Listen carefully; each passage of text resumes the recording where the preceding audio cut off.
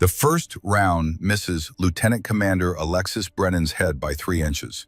She feels it before she hears it. The pressure wave. The displacement of air molecules traveling faster than sound. Her brain processes the physics before her conscious mind registers the danger. By the time the crack reaches her ears, she's already moving. The rooftop gravel bites into her palms as she hits the deck. Sharp. Real. The kind of pain that confirms you're still alive. She rolls left, muscle memory overriding thought, putting distance between where she was and where she needs to be. The low concrete wall that separates her from a 6-story drop into the streets of Mosul suddenly looks like salvation. 2 seconds. That's how long the entire sequence takes. 2 seconds that feel like 2 hours. Sniper! Sniper northeast! Staff Sergeant Brennan Mitchell is screaming into his radio, his voice climbing an octave higher than it should for a soldier with 2 tours under his belt. He's pressed flat against the rooftop access door, eyes wide, scanning frantically for a target he can't see. Alexis has already seen him. The enemy sniper. 3rd floor window, 400 meters out, 11 o'clock from her current position. The morning sun catches the edge of a rifle barrel for just a fraction of a second, but that's all she needs. The light reflects off blued steel at an angle that tells her everything. Elevation, direction, approximate distance. Her mind catalogs the information automatically, the way some people recognize faces or remember phone numbers. She should call it in. Let the designated marksman handle it. That's protocol for a Navy SEAL on an Army advisory mission. Observe, advise, assist. 3 words that define the boundaries of her authority here. Don't take command. Don't show up the soldiers you're supposed to be helping. Don't make them look bad in front of their own people. But protocol doesn't account for the fact that their designated marksman, Specialist Dominic Fletcher, is currently frozen behind a ventilation unit with his hands shaking so badly his rifle is wobbling like a divining rod in a thunderstorm. Another round impacts the concrete wall, inches from Alexis's position. Chips of stone pepper her face, tiny stinging reminders that the enemy sniper is good, trained, patient, and he's got them pinned down on a rooftop with exactly 1 way off, a stairwell door that's currently in his direct line of fire. "We need to move," Mitchell shouts. His voice carries the edge of panic that comes when training collides with reality. "We're sitting ducks up here." He's not wrong. The mission was supposed to be simple. Reconnaissance. Get eyes on a suspected ISIS weapons cache. Take photos. Extract. In and out in 20 minutes. A milk run, they'd called it in the briefing. The kind of operation you could run in your sleep after 9 months in Mosul. But somebody knew they were coming. Somebody set a trap. And now 6 soldiers are trapped on a rooftop with a trained enemy sniper systematically working angles to kill them all. Alexis keys her radio, keeping her voice level. Calm. The way you talk to a spooked horse. "This is Romeo 7. We have effective enemy sniper fire. Request immediate ISR support for counter-sniper targeting." The response crackles back immediately. Too immediately. They were waiting for this call. "Romeo 7, this is TOC. All ISR assets are committed to Operation Crimson Hawk. Earliest availability is 4 to 5 minutes. Can you hold position?" 45 minutes. Alexis does the math in her head.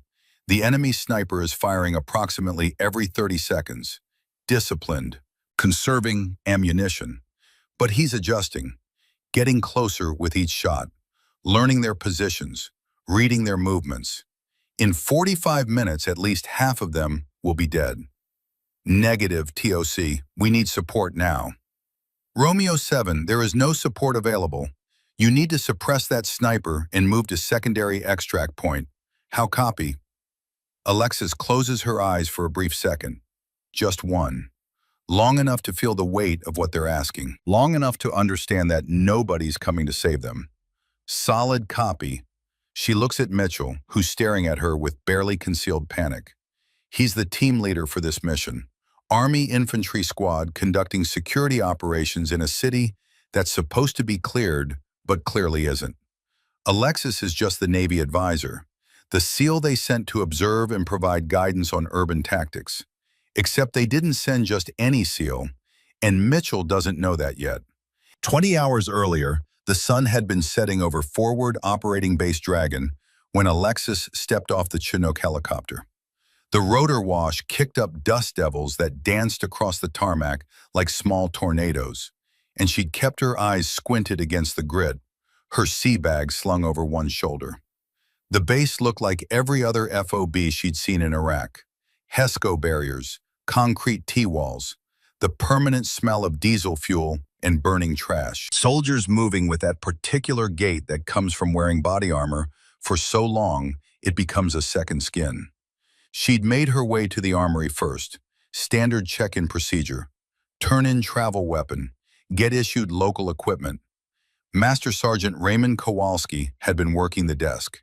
58 years old with 32 years of service etched into the lines of his face. The kind of lifer who knew every weapon in the inventory by serial number and could field strip an M4 blindfolded.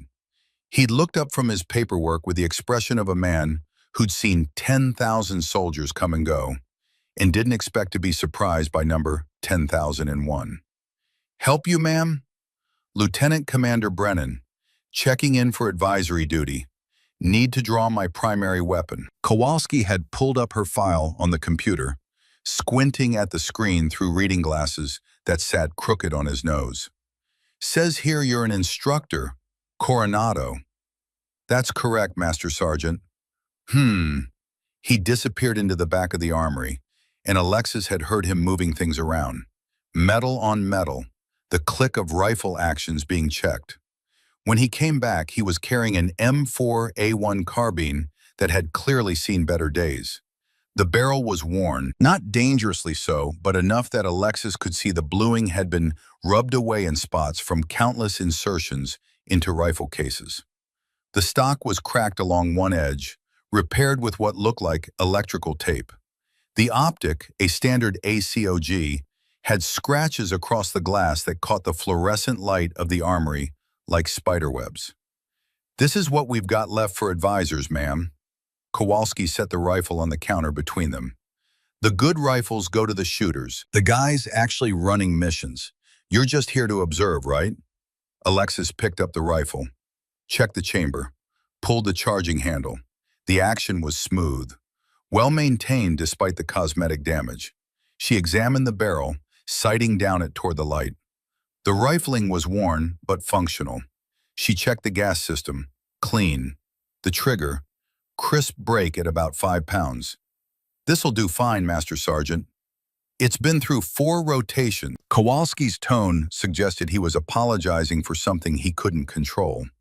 "Stocks cracked, optics scratched, but it shoots straight, mechanically sound." "I can see that." Alexis signed the hand receipt without complaint. Appreciated. She'd seen the look on Kowalski's face, the slight confusion. He'd expected her to push back, to demand better equipment, to pull rank, maybe. Mention that she was a SEAL, that she deserved more than the scraps left over after real soldiers got their gear. But Alexis had learned a long time ago that demanding respect never worked as well as earning it. And besides, she knew something Kowalski didn't. The rifle doesn't matter as much as people think it does. 6 hours before the rooftop. 6 hours before the first round that would miss her head by 3 inches. The mission brief. Captain Garrett Blackwood stood at the front of the briefing room with a map of Mosul taped to the wall behind him. 42 years old, Army infantry, 9 months in this particular slice of Iraq, which made him the old hand, the guy who knew the city better than the locals. "Gentlemen," he'd said, and then caught himself. "And ma'am, mission is straightforward. We've got intelligence indicating a possible ISIS weapons cache at this location." He tapped the map. "Grid November, Quebec, 774921. 3rd floor of an abandoned apartment building. We're going to establish an observation post on the adjacent rooftop, conduct visual reconnaissance, Take photos for intelligence assessment, and extract. Time on target, 20 minutes max. Alexis had sat in the back of the room, her scratched M4 leaning against the wall beside her. She'd listened, observed, kept her mouth shut. Staff Sergeant Brennan Mitchell had been sitting to Blackwood's right. 29 years old, Scottish-Irish heritage visible in the red tint of his hair and the freckles across his forearms. 2 tours in Afghanistan before this deployment. He glanced back at Alexis twice during the brief, and both times his expression had been the same: skeptical, borderline dismissive. After Blackwood finished, Mitchell had leaned over and whispered something to Specialist Dominic Fletcher. Not quietly enough, Alexis had heard every word. Great, babysitting duty, Fletcher had grinned. 23 years old, designated marksman for the squad. He'd been cleaning his M110 SAS during the brief, running a cloth over the Schmidt inventor scope with the kind of care usually reserved for newborns or religious artifacts. Blackwood had noticed the whisper. Something to add, Mitchell? No, sir. Just wondering what exactly a SEAL instructor from Coronado is going to teach us about Mosul that we don't already know. No offense, ma'am. The last part had been directed at Alexis. She'd met Mitchell's eyes, held them, said nothing for a moment, let the silence stretch just long enough to make everyone in the room slightly uncomfortable. Then she'd smiled, small, professional. None taken, Sergeant. I'm here to learn from you. She could have corrected him, could have mentioned that she wasn't just an instructor, that before her current assignment at Coronado, she'd spent 4 years with Naval Special Warfare Development Group, the unit most people called SEAL Team 6, that she'd logged 43 combat missions across 7 different countries, that her primary specialty was precision marksmanship at extended ranges. But she didn't, because Alexis Brennan had learned something important during 12 years in the Navy, something her father had taught her before he died when she was 16, something that had been reinforced through every evolution of SEAL training, every combat deployment, every moment when she'd been the only woman in the room. You don't tell people you're good, you show them. Blackwood had moved on with the brief: insertion route, radio frequencies, extraction contingencies, standard operation order stuff. Alexis had studied the map while he talked, really studied it. The building they were planning to use for their observation post, the approach routes, the streets surrounding the target area. She'd noticed things, small things. The windows facing their planned position had good sight lines for counter-surveillance. The streets were too quiet in the overhead imagery, too clean, like somebody had been maintaining them. The target building itself showed signs of recent activity, disturbed dust patterns around the entrance. She'd keyed on these details, filed them away, but she'd said nothing. Observation, advice, assistance, those were her job parameters. Not command, not operational planning. She was the advisor, and advisors who showed up infantry captains on their home turf didn't stay advisors for long. Any questions? Blackwood had asked at the end. No, sir, Mitchell had answered for everyone. Blackwood had looked at Alexis. Commander? She'd paused, considered. The target building. How recent is the intelligence? 48 hours old. Drone footage from the day before yesterday. Why? Just curious, sir. Wanted to understand the timeline. It's solid intel. We've been running ops in this city for 9 months. We know what we're doing. Alexis had nodded. Yes, sir. But she'd noticed the defensive edge in his voice. The unspoken message. We don't need you second-guessing us.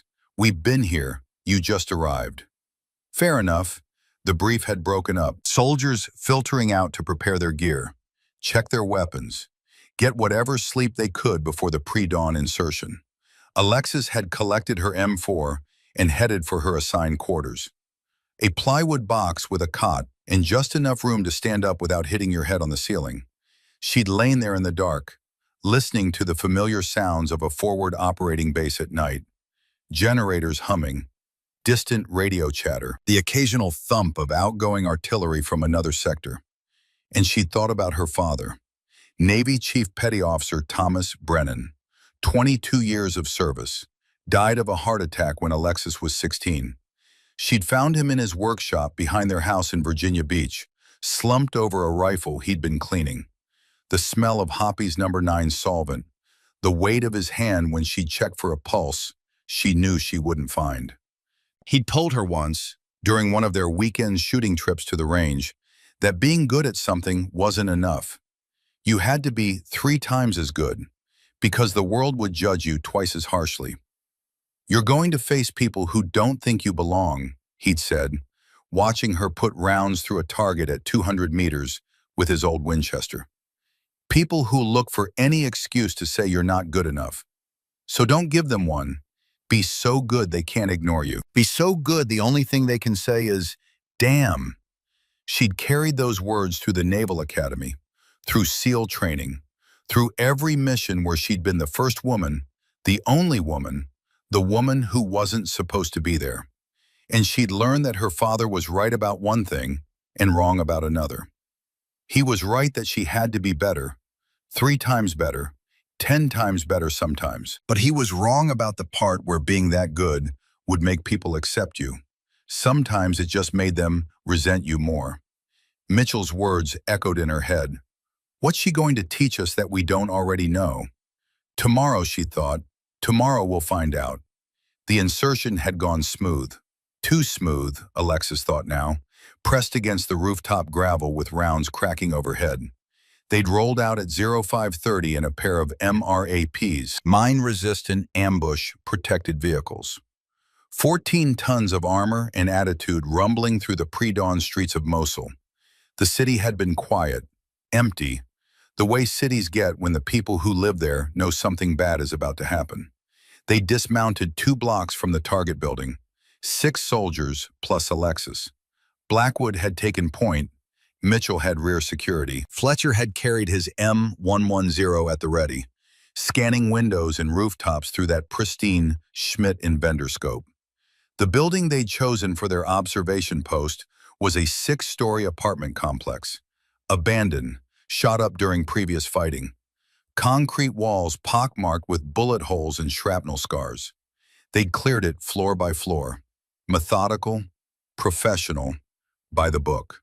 The rooftop had offered a perfect view of the target building 400 meters to the northeast. Fletcher had set up his M110 on a low wall, bipod deployed, ready to provide precision fire support if needed. Blackwood had established their radio link with TOC. Mitchell had positioned the other riflemen at corners, creating a perimeter. Alexis had moved to the southeast corner, observing, advising silently through her presence and positioning. She'd studied the target building through her scratched ACOG optic. The windows, the doors, the roof. And that's when she'd seen it. Not something specific, just the absence of something. The target building was too clean, the windows too intact, the roof access door too undamaged for a structure that had supposedly been abandoned for months. "Sir," she'd said quietly to Blackwood, "recommend we abort. Something's not right." Blackwood had looked at her, then at his watch. "We've got a timeline, Commander. Intel says this cache is time-sensitive. If we scrub now, we lose the window." "I understand, sir, but the building doesn't match the intelligence profile. It's too maintained. Somebody's been here recently." Mitchell had overheard. "Ma'am, with respect, we've been running operations in this city for 9 months. This is what these buildings look like." Alexis had wanted to argue, wanted to explain that she'd run operations in 7 different countries and knew the difference between an abandoned building and a trap. But that would have been pulling rank. That would have been showing them up. That would have violated every principle of being an effective advisor. So she'd said nothing, just nodded, moved back to her position.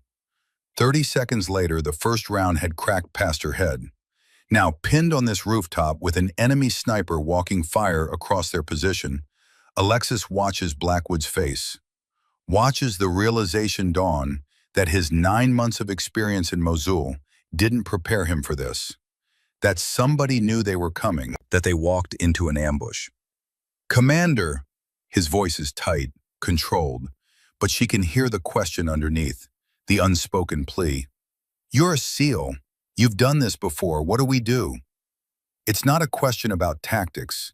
It's a question about survival, about trust, about whether this woman they dismissed as just an advisor, just an instructor, just someone who wouldn't see real combat, actually knows how to get them out of this.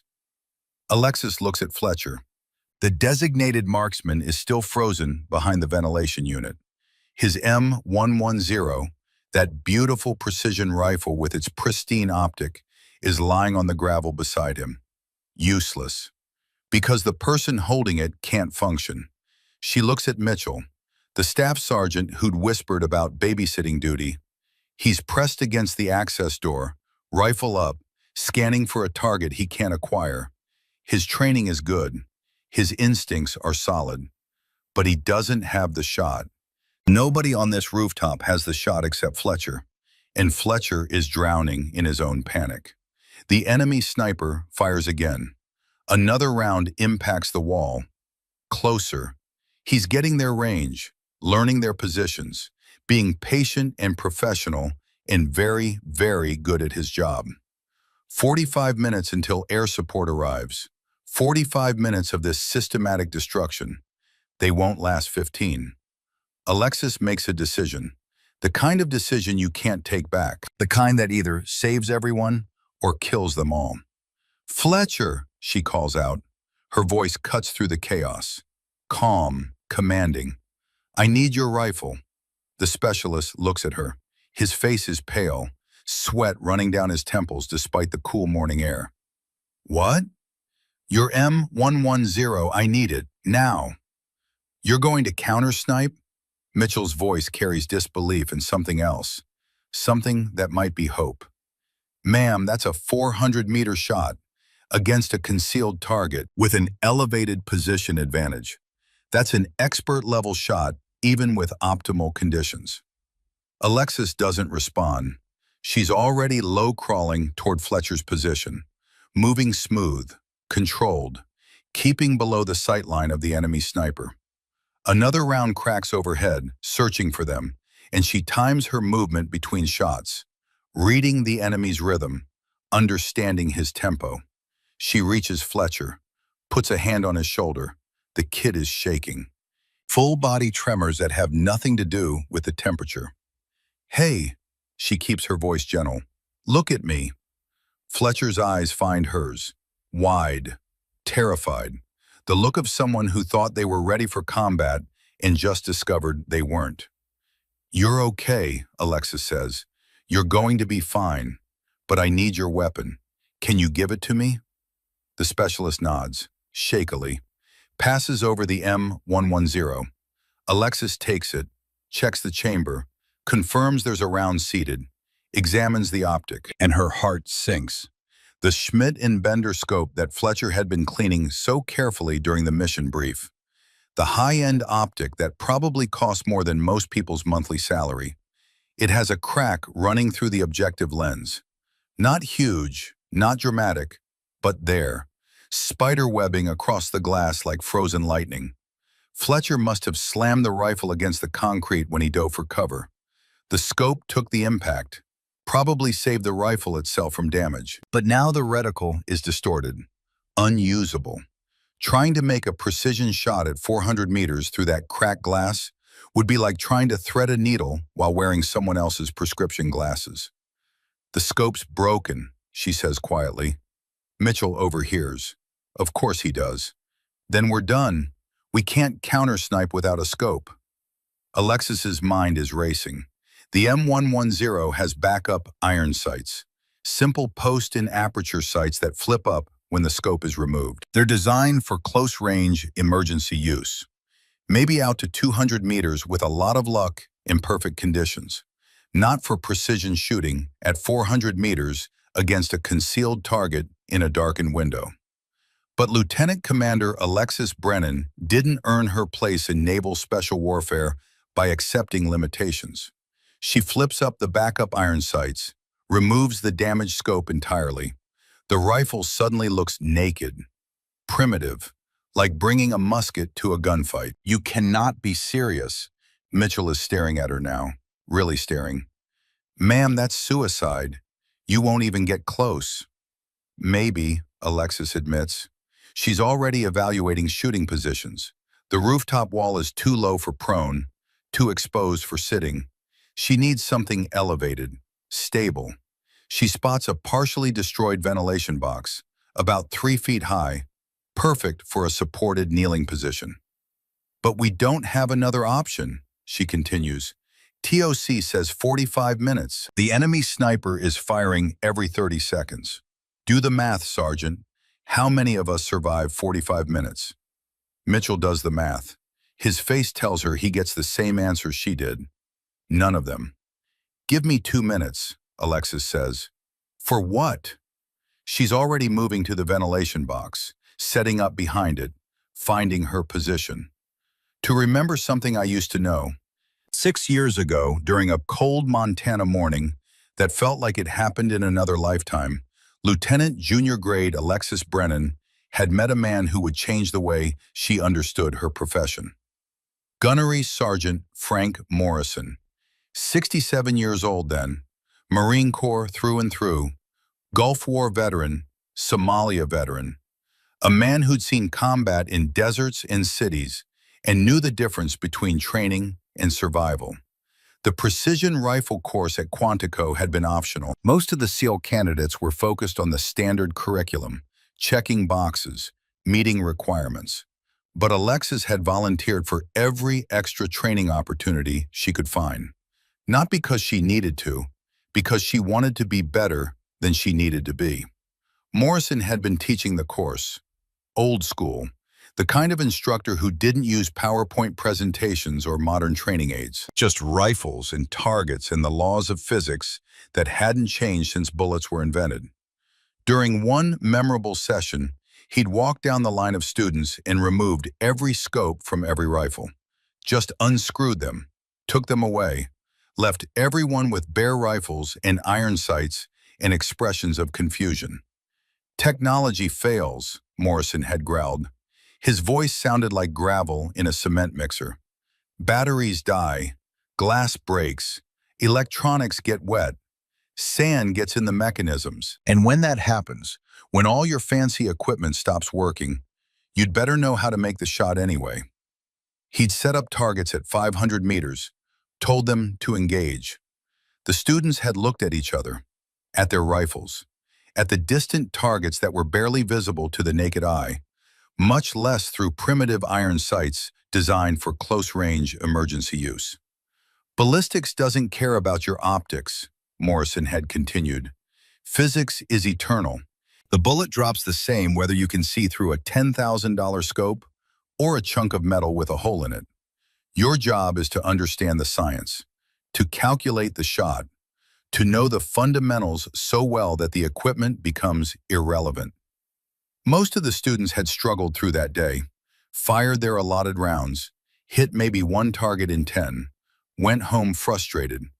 Alexis had stayed after class.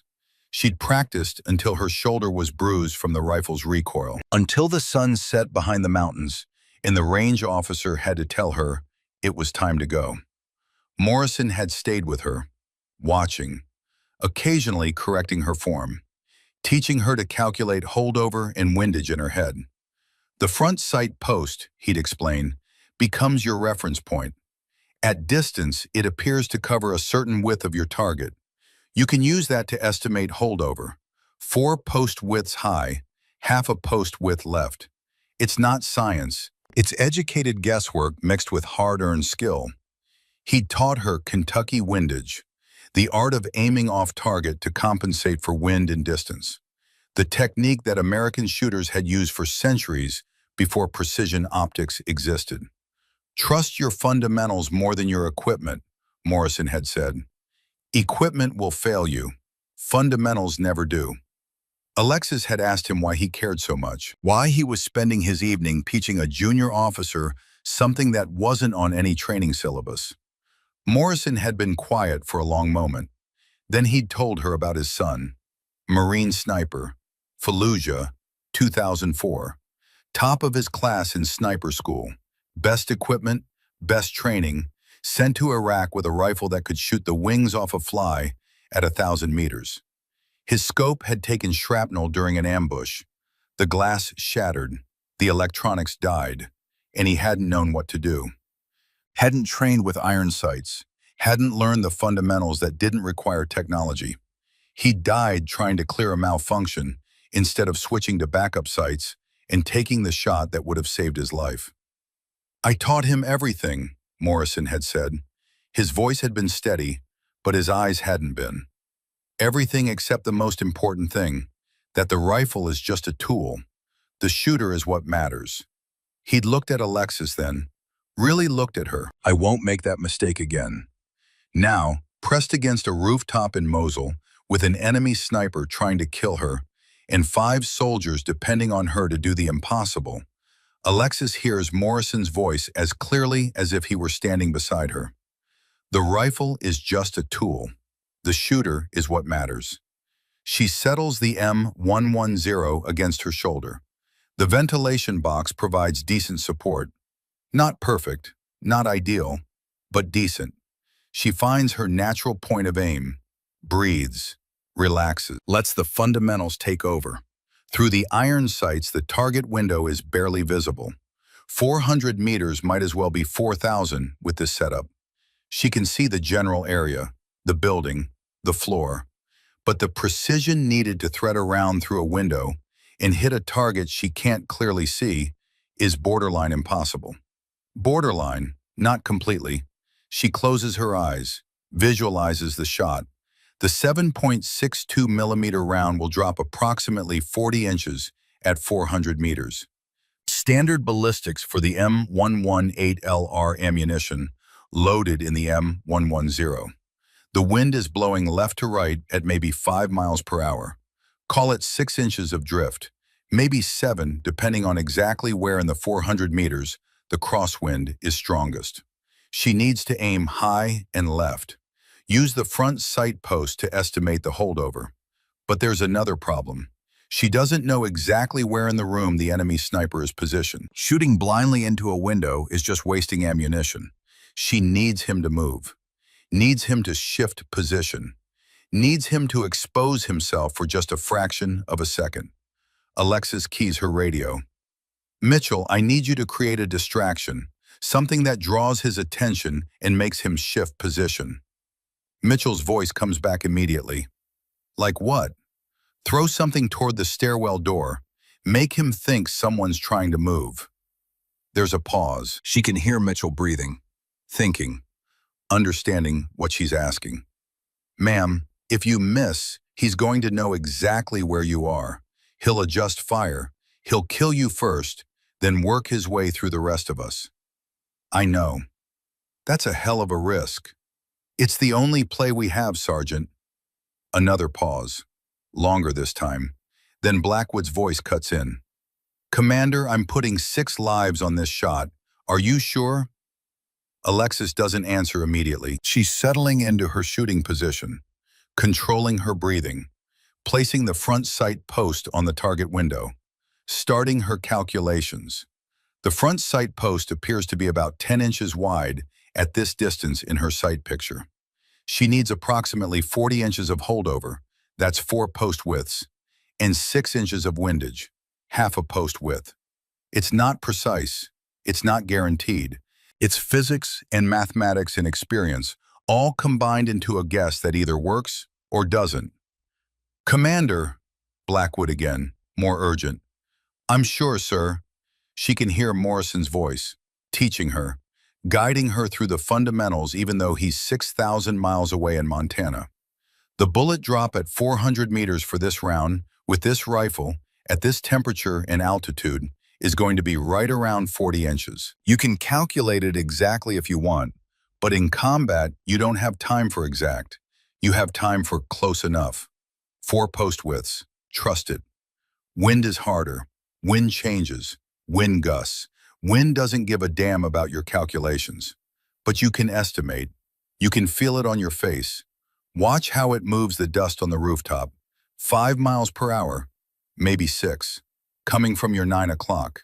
That's going to push the round right, so you aim left, half a post width. And you trust that the fundamentals you've drilled 10,000 times don't suddenly stop working just because the stakes are higher.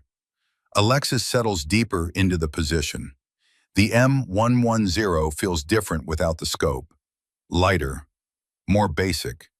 Like she's shooting with equipment from a different century, which in a way, she is. Iron sights haven't fundamentally changed in design since the 1800s. A post in the front, an aperture in the rear. Line them up, put them on target, press the trigger. Simple. Except nothing about this is simple. She's shooting at a target she can't clearly see, at a distance that's beyond the design range of the sights she's using. With wind, she can only estimate. At an enemy who's trained and patient and very good at his job. Her heart rate is coming down. 72 beats per minute, 68, 64. She's entering that state that Morrison called the shooter's trance, where the world narrows down to just you and the rifle and the target, and nothing else exists. "Ready when you are, Commander," Mitchell says quietly over the radio. Alexis takes one more breath, holds it at the natural respiratory pause.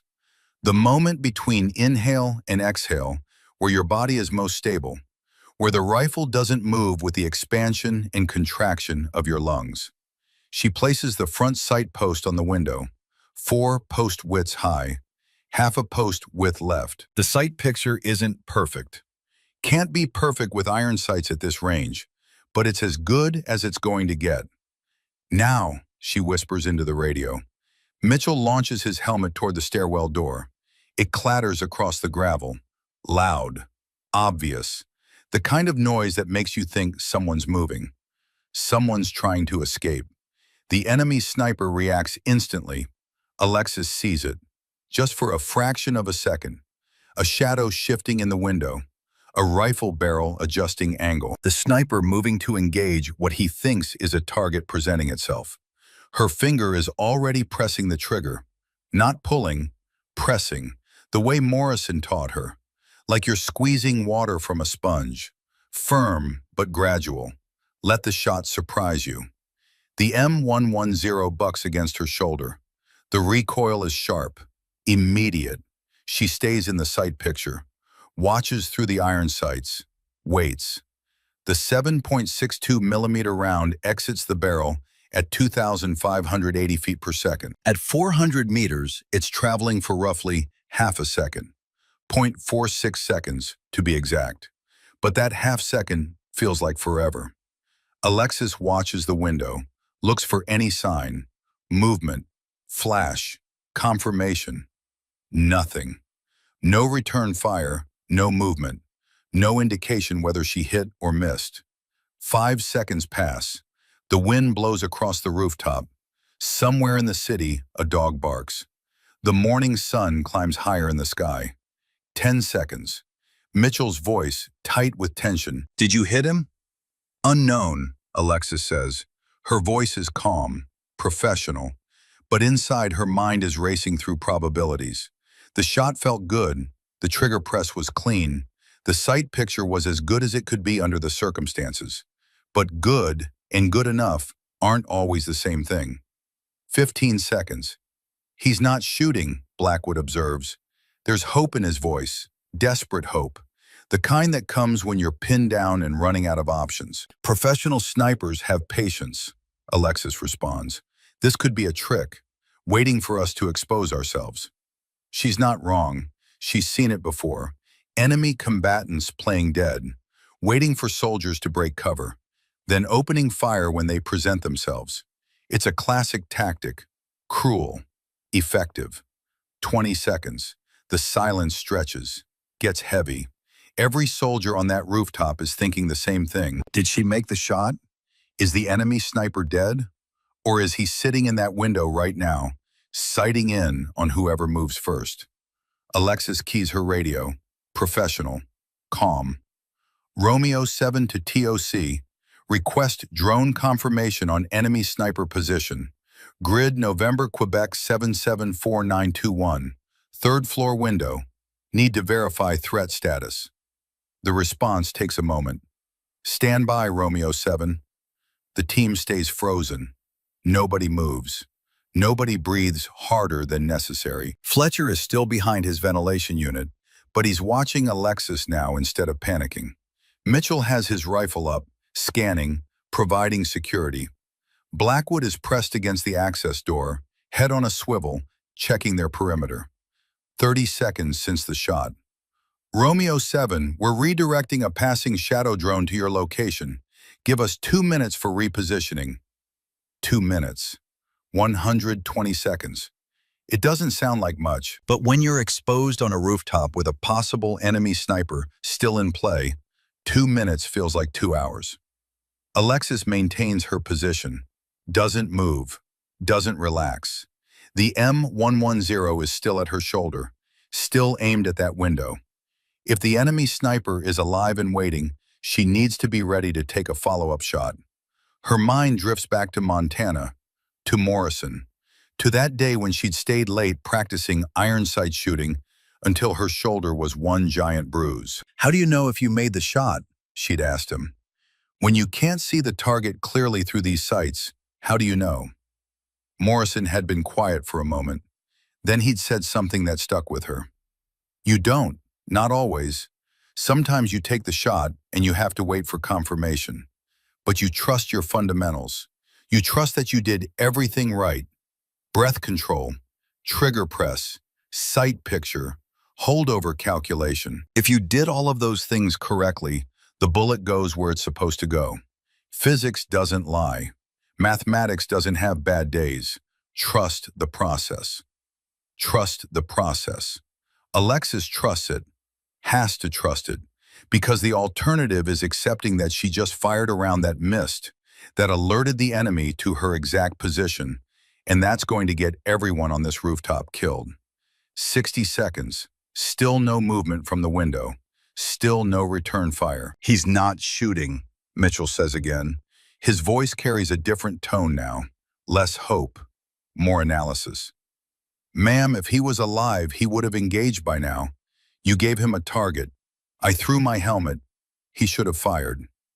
Should have, Alexis agrees, but we don't know until we know. 90 seconds. The radio crackles. Romeo 7, this is Raven 2-6. We have your position. Adjusting shadow for thermal scan of target building. Stand by. More waiting. The sun is getting hotter. Alexis can feel sweat running down her back under her body armor. Her shoulder is starting to ache from holding the rifle in position. Her right eye, pressed against the rear sight aperture for so long, is watering slightly. She doesn't move. 110 seconds. Romeo 7, Raven 2-6. We have thermal confirmation. Thermal signature in third floor window is stationary. Not moving. Appears to be, wait one. The pause feels like forever. Then, Romeo 7, thermal signature is consistent with a casualty. Body temperature is dropping. No movement detected. Target is down. Repeat, target is down. The rooftop erupts in controlled chaos. Not celebration. Not yet. But relief. The kind of relief that comes when death stops actively hunting you. Confirmed kill, Blackwood says into the radio. His voice is steady, but Alexis can hear the emotion underneath. Romeo 7 acknowledging. Target neutralized. Mitchell is staring at Alexis. Just staring. His expression is complicated. Disbelief, respect, something that might be awe. You made that shot, he says, and it's not a question, it's an accusation. An accusation that she's been holding out on them, that she's more than she claimed to be, that everything they assumed about her was wrong. But before Alexis can respond, the radio crackles again. Romeo 7, Raven 2-6. We're reviewing the footage. That was a hell of a shot. What kind of optic were you using? Alexis keys the mic, keeps her voice professional. Backup iron sights. Primary optic was damaged. There's a long pause on the other end. long enough that Alexis wonders if the connection dropped. Then, Romeo 7, say again your last? Did you say iron sights? Affirmative.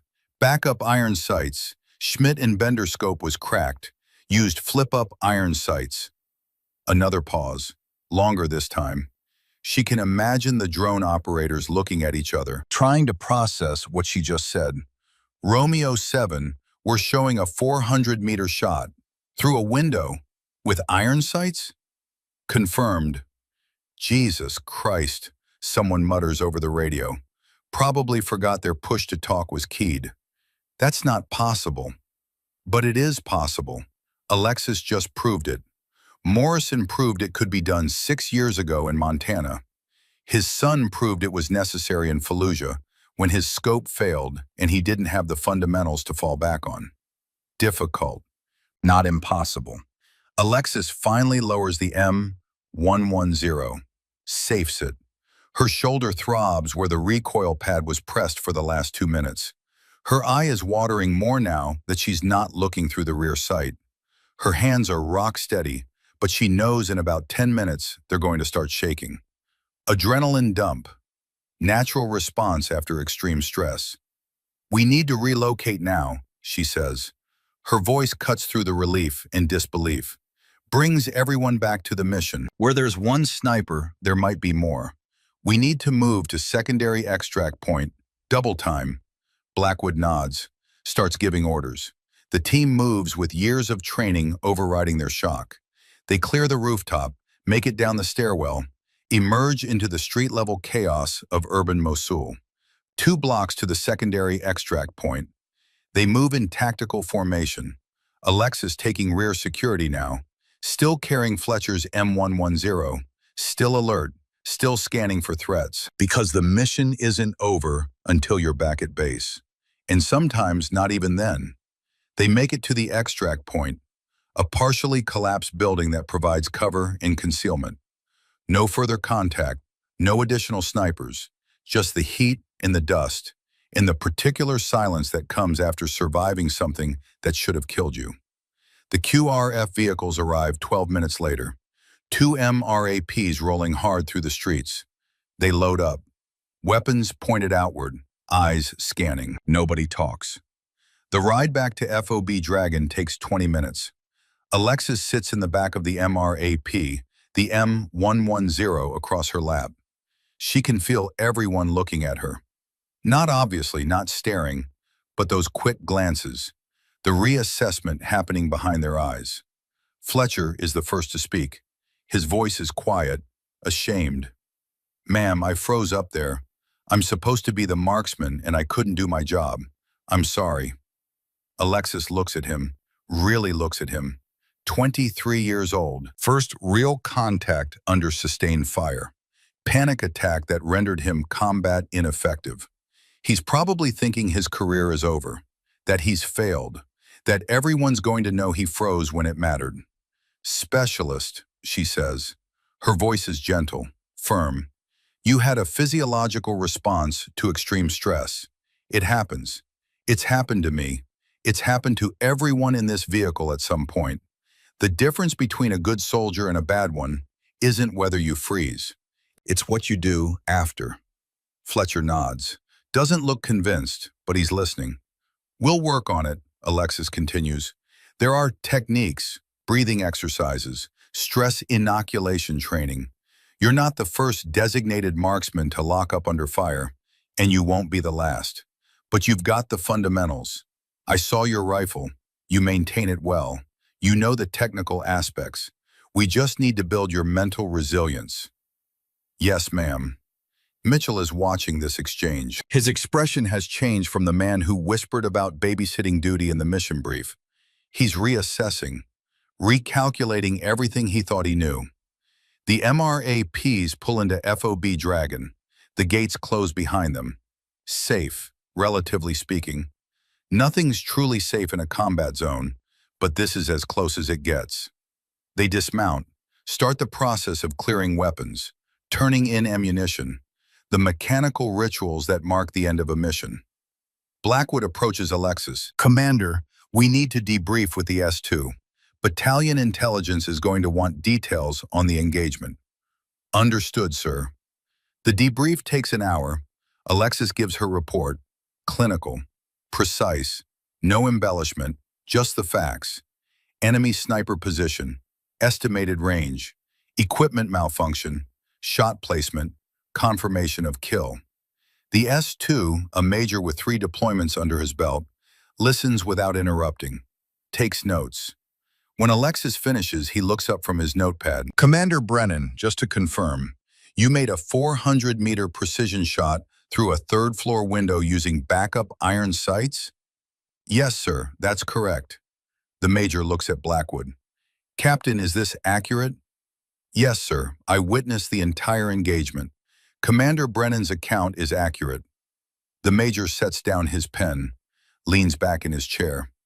In 20 years of service, I've never heard of anyone making that shot under those conditions. That's exceptional marksmanship, Commander. Thank you, sir. Just did my job. Your job is to advise, not to conduct precision counter-sniper operations. My job is to keep American soldiers alive, sir, whatever that requires. The major studies her for a long moment, then nods.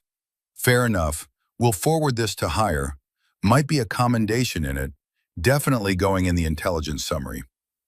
After the debrief, Alexis heads back to her quarters. Needs to clean Fletcher's M110. Return it to him, properly maintained. It's the least she can do. But before she gets there, she hears footsteps behind her. Ma'am! Commander! Wait! She turns. Mitchell is jogging to catch up. He's carrying something. A tablet. Secure network tablet used for accessing personnel files. I need to talk to you, he says. Alexis waits. Mitchell glances around, makes sure they're alone. I looked you up. In the personnel database. Did you? Your file is mostly redacted, classified, but what I could see, he holds up the tablet, shows her the screen, her service record, or at least the parts that aren't blacked out. You weren't an instructor at Coronado, I mean you are now, but before that you were assigned to Naval Special Warfare Development Group. Alexis says nothing, just waits. DEVGRU, Mitchell continues. SEAL Team 6, 4 years, 43 combat missions listed, 7 different countries, and your primary specialty, he reads from the screen, precision marksmanship, extended range. He lowers the tablet, looks at her directly. You're not just a SEAL, you're Tier 1. You've been operating at the highest level of naval special warfare, and they sent you here to advise us. That's correct, Sergeant. The shot you made today, 400 meters with iron sights, that's not just skill, that's world-class marksmanship.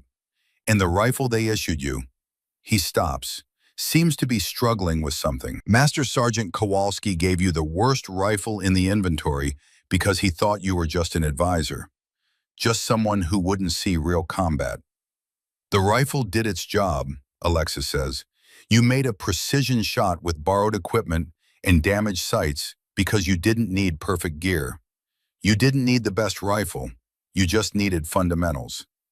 Alexis can see where this is going, can see the apology forming on Mitchell's face. Sergeant, she says, cutting him off before he can continue. You didn't know who I was. That's not your fault. It's not Kowalski's fault. It's not anyone's fault. I didn't tell you because it wasn't relevant to the mission. Wasn't relevant? Ma'am, you saved our lives today. I did my job, same as you did yours, same as Fletcher tried to do his. Mitchell shakes his head. It's more than that. I underestimated you. We all did. Made assumptions based on... He trails off. Based on the fact that I'm a woman, Alexis finishes for him. He doesn't deny it. Sergeant, I've been in the Navy for 12 years. I've been underestimated before. It comes with the territory. What matters isn't what people think about me. It's whether I can do the job when it counts. Today counted. Yes, ma'am, it did. They stand there for a moment. The conversation feels unfinished, but neither of them seems to know how to finish it. Finally, Mitchell speaks again. For what it's worth, ma'am, I was wrong. About the babysitting comment. About thinking we didn't need you here. I'm sorry.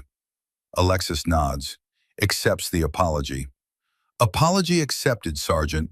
Now, if you'll excuse me, I need to clean this rifle and get it back to Fletcher. She starts to walk away, but Mitchell calls after her. Ma'am, one more thing. She turns back. Would you be willing to teach us what you did today, the fundamentals you used, the calculations, how to shoot without relying on technology? Alexis considers this, considers what Morrison taught her, considers his son who died because he didn't have those fundamentals when his equipment failed. Yes, Sergeant, I'd be willing to teach you. That's why I'm here. The armory at Forward Operating Base Dragon smells like gun oil and metal and 30 years of weapons maintenance. Master Sergeant Raymond Kowalski is working late when Alexis and Mitchell walk through the door. He's bent over a disassembled M240 machine gun, cleaning each component with the kind of care that comes from spending more than half your life around firearms. He looks up when they enter. His eyes go immediately to the M110 in Alexis's hands, then to her face, then back to the rifle. Commander, he says, his voice is carefully neutral. That's Fletcher's weapon. It is, Master Sergeant. I'm returning it. Thought I should clean it first after using it in contact. Kowalski sets down the bolt carrier group he'd been wiping, stands up slowly. He's 58 years old, and his knees make small popping sounds when he straightens. 32 years of service. 32 years of lifting heavy equipment and standing on concrete floors and doing maintenance work that wrecks your joints. Heard what happened out there, he says. Heard you made one hell of a shot. Just did what needed doing. Mitchell clears his throat. Master Sergeant, show Commander Brennan what you issued her yesterday. Kowalski's expression shifts, just slightly, enough that Alexis can see he knows where this is going and doesn't particularly want to go there. Sergeant Mitchell, I don't think... Show her, Master Sergeant. Kowalski walks to the rifle rack, pulls out the M4A1 he'd issued to Alexis 24 hours ago, the one with the worn barrel and cracked stock and scratched optic. He sets it on the counter between them. The rifle looks worse in the fluorescent light of the armory than it did yesterday. The wear and tear is more obvious. The crack in the stock is held together with electrical tape that's starting to peel. The ACOG optic has scratches that catch the light like a topographic map of some alien landscape. This is what you gave her, Mitchell says. His voice isn't accusatory, not exactly, but there's an edge to it. You issued her the worst rifle in the inventory because you thought she was just an advisor, just someone who wouldn't see combat. Kowalski's jaw tightens. I didn't know. You didn't know she was DevGru, Mitchell interrupts. Didn't know she'd spent 4 years with SEAL Team 6. Didn't know she was one of the best marksmen in naval special warfare. So you gave her the rifle nobody else wanted. Alexis holds up a hand. Sergeant Mitchell, that's enough. Mitchell looks at her. Ma'am, he needs to understand. I said that's enough. Her voice is firm now, commanding.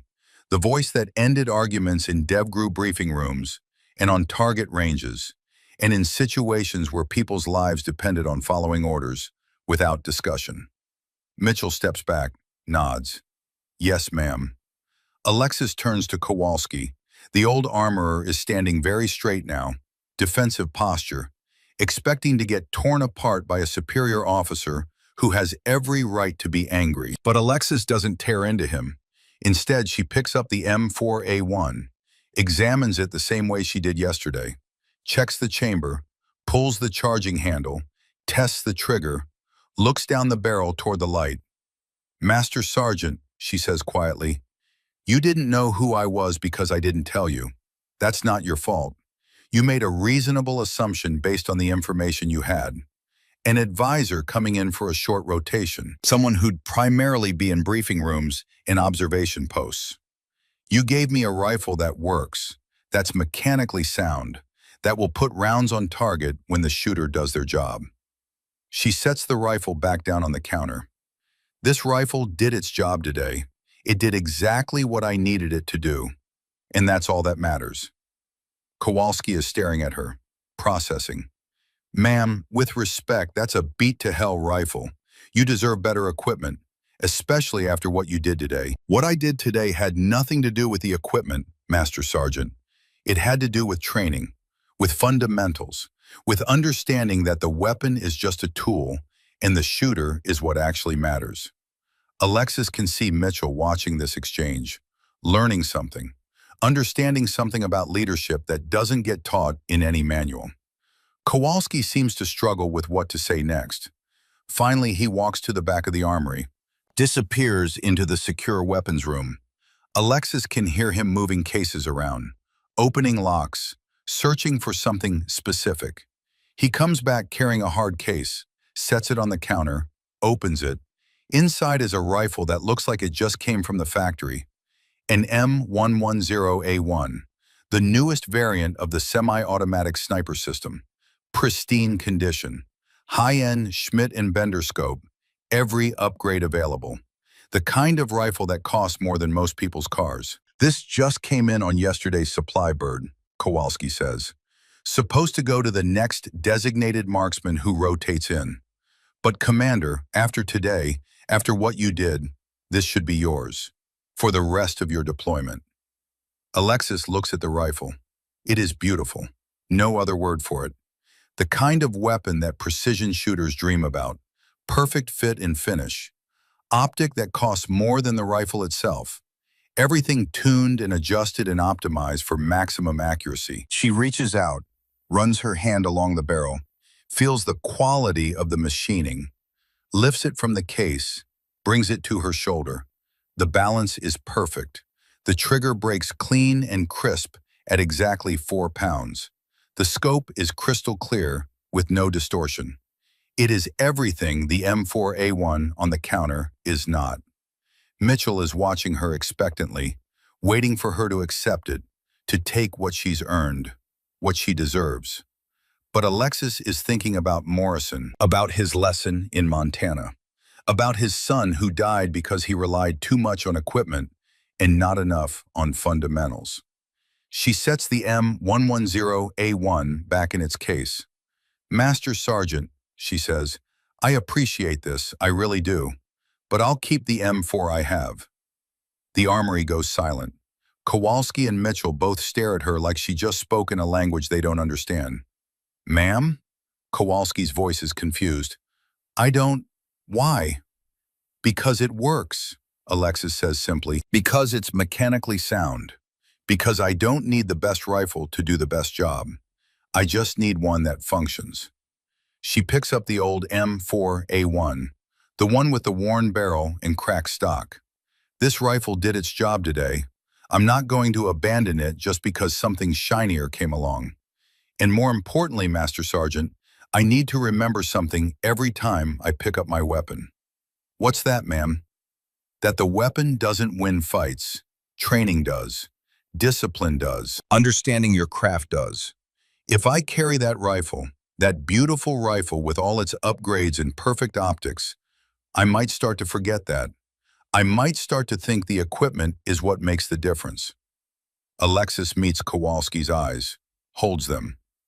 But if I carry this rifle, the one that everyone else rejected, the one that looks like it's been through hell, I remember every single day that I'm the weapon, not the rifle. Me, my skills, my training, my fundamentals. She slings the M4A1 over her shoulder. Besides, she adds with a small smile, this rifle and I have been through combat together now. We've got history. I don't abandon my teammates just because they've got some scars.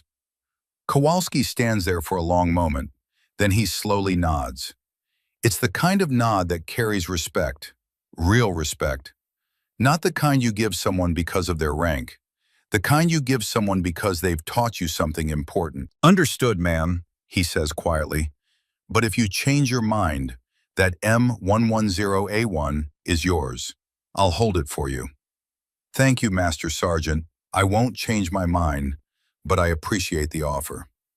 As they leave the armory, Mitchell walks beside her in silence for half a block. Then he speaks. That was a test, wasn't it? The rifle. Alexis glances at him. What do you mean? You could have taken the new rifle, could have justified it. You'd earned it.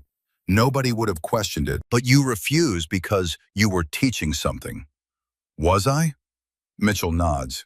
Yeah, you were teaching that leadership isn't about having the best equipment or the most impressive gear. It's about making do with what you have and being so good that the equipment becomes irrelevant. Alexis doesn't confirm or deny, just keeps walking. That's why you didn't tell us you were DevGru, Mitchell continues. Not because you were hiding it, because you wanted us to judge you by your actions, not your credentials. You wanted us to see that competence speaks louder than resume. You're thinking about this too hard, Sergeant. Am I? Or am I finally starting to understand what real leadership looks like? They reach the area where the containerized housing units are lined up in neat rows. Temporary homes for temporary deployments. Alexis stops outside hers.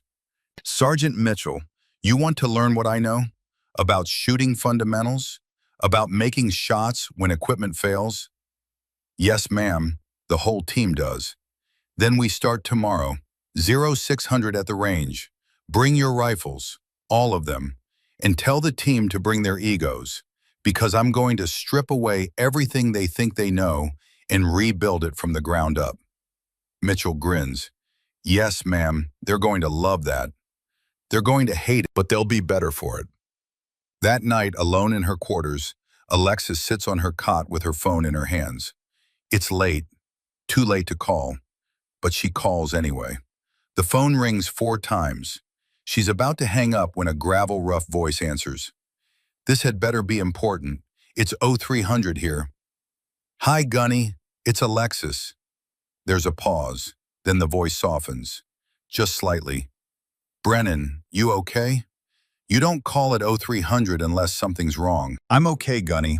I used your lesson today. Which lesson? I taught you a lot of things. Iron sights at 400 meters. The pause is longer this time. When Morrison speaks again, his voice has changed. Gone is the gruff Marine instructor. In its place is something more human, more vulnerable. Did you make the shot? Yes, Gunny, I made the shot. She hears him exhale, long and slow, like he's been holding his breath for years and finally let it out. Tell me, he says. So Alexis tells him about the ambush, about the enemy sniper, about Fletcher freezing and the scope breaking and the choice she had to make, about calculating holdover with iron sights and trusting fundamentals and making a shot that everyone said was impossible. Morrison listens without interrupting. When she finishes, there's silence on the line. She can hear him breathing. Can almost see him in his house in Montana, sitting in his workshop surrounded by rifles and targets and memories. My son, he says finally. His voice is rough, emotional in a way Alexis has only heard once before. My son David, he was a good Marine, good sniper, but I taught him to rely on his equipment, taught him that the technology made him better. When his scope failed in Fallujah, when the glass shattered and the electronics died, he didn't know what to do. Alexis has heard this story before, but she lets him tell it again. Because sometimes you need to tell the story, need to speak the grief out loud. He tried to fix the scope instead of switching to iron sights, spent precious seconds trying to solve a technical problem when he should have been solving a tactical one. The insurgent he was supposed to suppress killed 3 Marines before someone else took him out. Then that insurgent's partner killed David. Morrison's voice breaks slightly. 73 years old now, Gulf War veteran, Somalia veteran, a man who'd seen more combat than most people can imagine. And he's crying over a phone line about a son who died 2 decades ago. I taught him wrong, Morrison continues.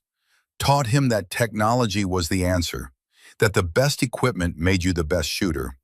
I failed him, Alexis. I failed my son. Gunny, you didn't. I did, but then you came along. Stayed after class that day, wanted to learn iron sights when everyone else thought it was a waste of time. And I thought maybe I could get it right the second time. Teach someone the right lesson, the one David never learned. Alexis feels tears in her own eyes now. You did get it right, Gunny. You taught me that fundamentals matter more than equipment, that the shooter is the weapon, not the rifle. You taught me to trust physics and mathematics in training over technology. And today, that lesson saved 6 lives. 6 lives, Morrison repeats, because you remembered what an old Marine taught you in Montana. Because you taught it right. Because you made sure I understood not just the how, but the why. There's another long silence. Alexis can hear Morrison composing himself, getting his emotions under control the way Marines are trained to do. You make me proud, kid, he says finally. David would have liked you, would have respected the hell out of what you did today. I wish I could have met him, Gunny. Yeah, me too. But in a way, maybe you did. Maybe you learned the lessons he should have learned. Maybe you carried forward what he couldn't.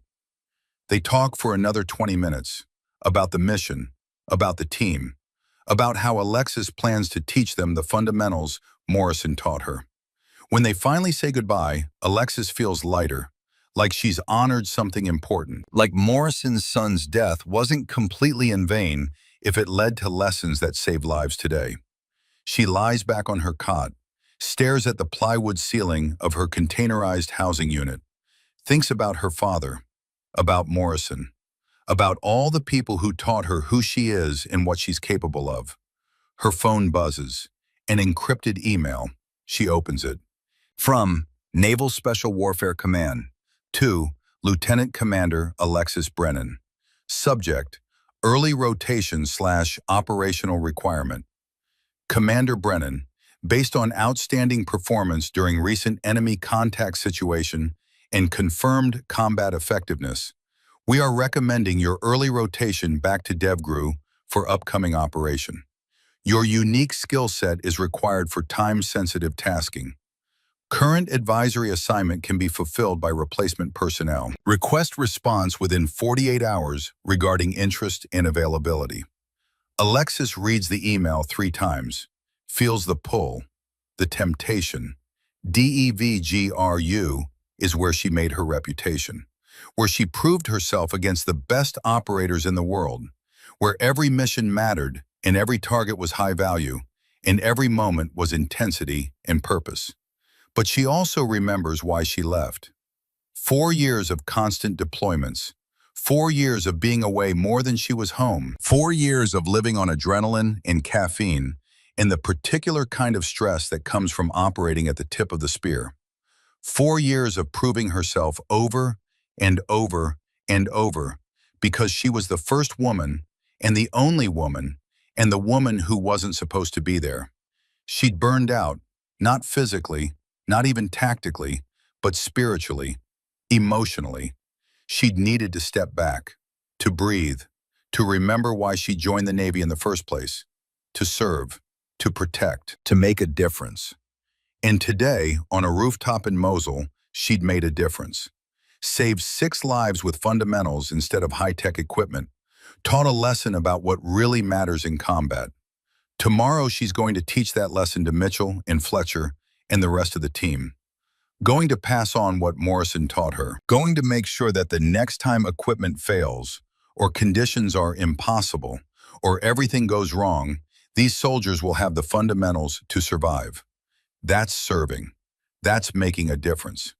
Maybe a different kind of difference than high-value target raids in the middle of the night, but no less important.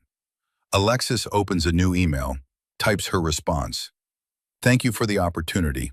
After careful consideration, I respectfully decline early rotation. Current assignment teaching fundamental combat skills to forward deployed personnel is where I can be most effective.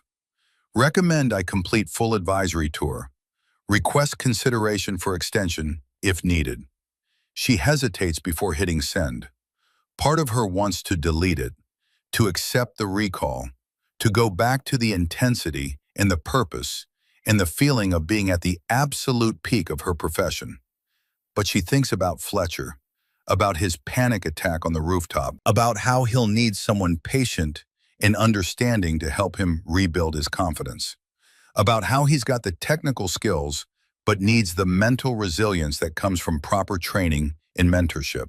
She thinks about Mitchell, about how he's learning what real leadership looks like, about how he could be an exceptional NCO if someone teaches him the right lessons instead of the expedient ones. She thinks about Blackwood and his team, about how they've been operating in Mosul for 9 months with adequate skills, but not excellent ones. About how the difference between adequate and excellent is the difference between surviving and thriving. She thinks about Morrison, about his son, about the lesson that wasn't learned in time and the lives it cost. Alexis hits send.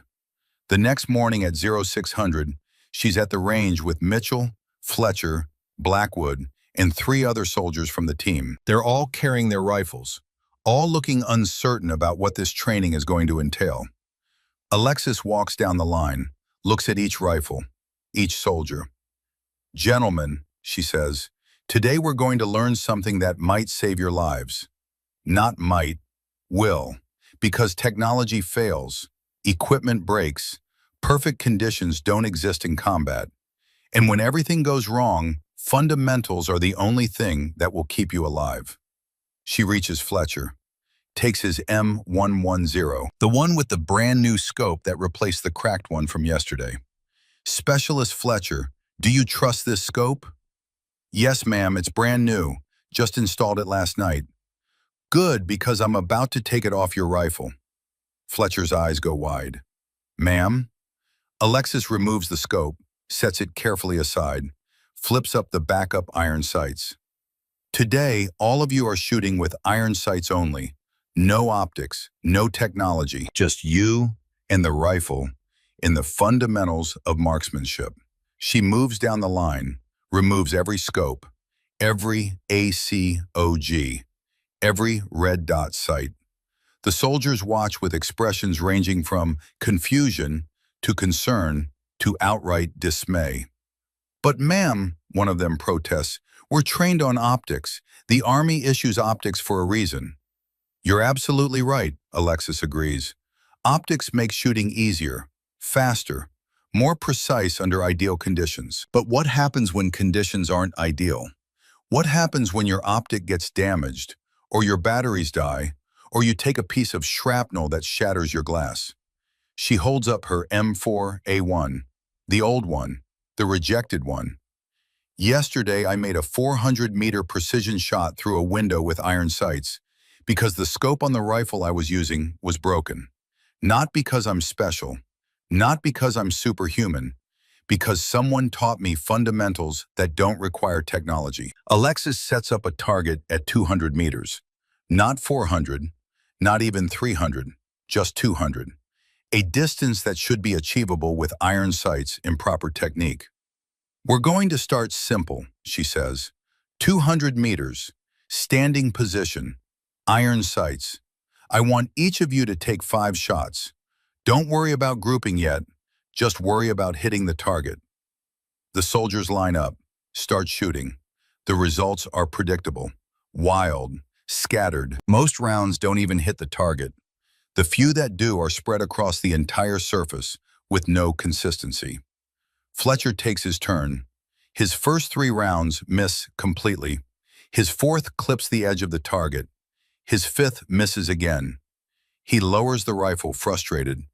"I can't do it," he says. "I can't see the target clearly enough through these sights." "You're not supposed to see it clearly," Alexis tells him. "That's the point. With optics, you're looking at a magnified image. Everything is clear and precise. But iron sights require you to understand something more fundamental. You're not looking at the target. You're creating a sight picture that represents where the bullet will go based on physics and geometry." She takes his rifle, settles into a standing position, demonstrates. "Watch the relationship between the front sight post and the rear aperture. They align. The target sits on top of the front post. You're not looking at the target with perfect clarity. You're looking at a system of alignment that directs the bullet based on the laws of ballistics." She fires once. The round hits center mass on the target. "The target didn't become clearer. I didn't suddenly develop supervision. I just understood the relationship between sight alignment, sight picture, and bullet trajectory. For the next 2 hours, Alexis breaks down every element of shooting with iron sights: breath control, trigger press, natural point of aim, holdover for distance, Kentucky windage for crosswinds. She teaches them to calculate in their heads instead of relying on ballistic computers, to use the front sight post as a measuring tool, to trust mathematics and physics over what their eyes tell them. Mitchell catches on quickly. He's got the discipline and the focus. Within an hour, he's consistently hitting center mass at 200 meters. Fletcher struggles more.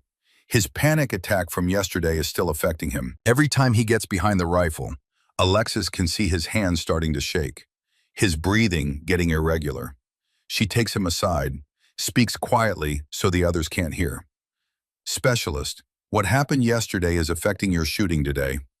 "I know, ma'am. I'm trying to push through it." "Don't push through it, acknowledge it. Your body experienced a traumatic stress response. That's not weakness, that's biology. Your sympathetic nervous system went into overdrive. Fight or flight. It's still elevated today because your brain is associating shooting with that trauma."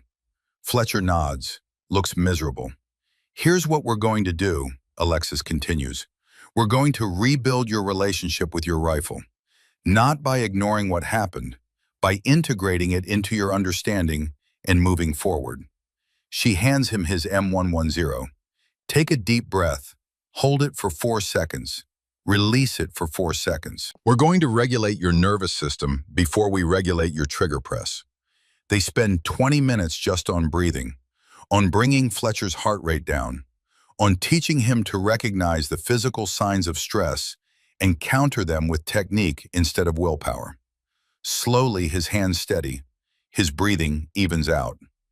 "Now," Alexis says, "we're going to take one shot, just one. Not worried about where it hits, just worried about the process. Breath, sight picture, trigger press. Everything else is irrelevant." Fletcher settles into position. She can see him working through the breathing technique, creating his sight picture. His finger moves to the trigger. The shot breaks clean, hits low and left on the target. Not center mass, but on the target. "Good," Alexis says. "Again." They work through it, shot by shot, building Fletcher's confidence back up through repetition and success, and the understanding that his panic attack doesn't define him. By the end of the session, he's hitting center mass 3 out of 5 shots. Not perfect, but functional, better than he was this morning.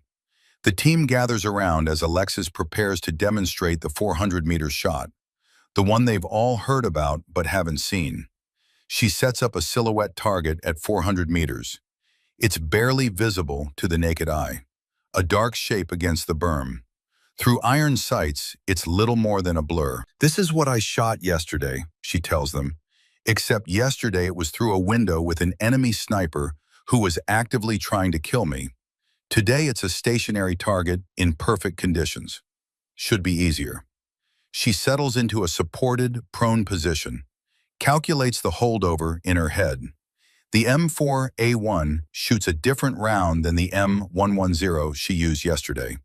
Lighter bullet, different ballistics. She adjusts her calculations accordingly. The wind is calm, maybe 3 miles per hour. She can feel it on her face, read it in the dust patterns on the range. Negligible drift at this distance with this round. She places the front sight post on the target, or rather, on where the target should be. Because through iron sights at 400 meters, she can't actually see the silhouette clearly, just knows it's there based on memory and geometry. 4 post widths high. The calculation runs through her mind automatically, becomes muscle memory, becomes something she doesn't think about so much as feels. Her finger finds the trigger, presses. The rifle fires. 400 meters away, the silhouette target rocks back. Center mass hit. The soldiers stare. Even Mitchell, who's been learning all morning, looks impressed. "Ma'am," one of them says, "how do you even see the target at that distance through iron sights?" "I don't," Alexis admits. "Not clearly, but I don't need to see it clearly. I need to understand where it is. Trust the ballistics of my ammunition. Understand the holdover required. Trust that if I do everything right, physics will put the bullet where it needs to go. She stands up, safes her rifle. That's what fundamentals are. They're the understanding that shooting isn't about seeing clearly or having perfect equipment. It's about trusting science and mathematics and your training more than your eyes. Over the next 7 days, the transformation is gradual but unmistakable. Day 2 brings frustration.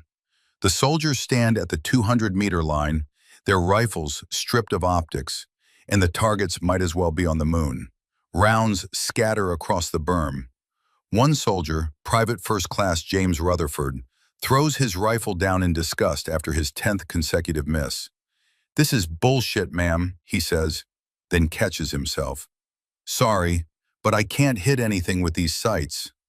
Alexis doesn't react to the outburst. She's seen this before.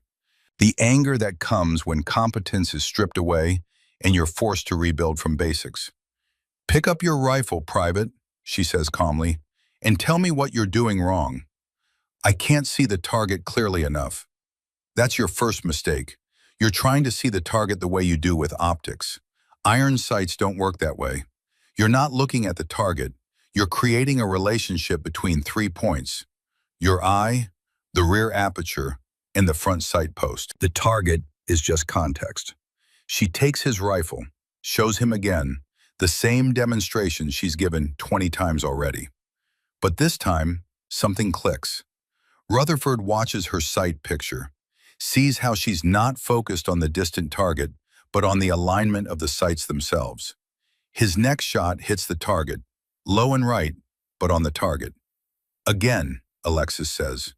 By day 4, Mitchell is hitting center mass at 300 meters with iron sights. He's absorbed the fundamentals faster than anyone else on the team. During a water break, he approaches Alexis with a question. "Ma'am, the holdover calculations, you're doing them in your head, but there's got to be a faster way, a shortcut." "There is," Alexis confirms. "Muscle memory. Right now you're consciously thinking through each step. Bullet drop at 300 meters. Wind drift. Holdover and post widths. Eventually your brain compresses all of that into intuition. You look at the target, feel the wind, and your hands just know where to aim. How long does that take? Depends on the person.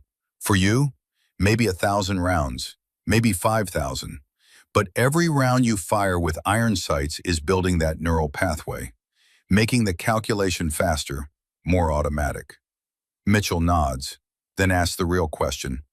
"Ma'am, why didn't they teach us this in basic?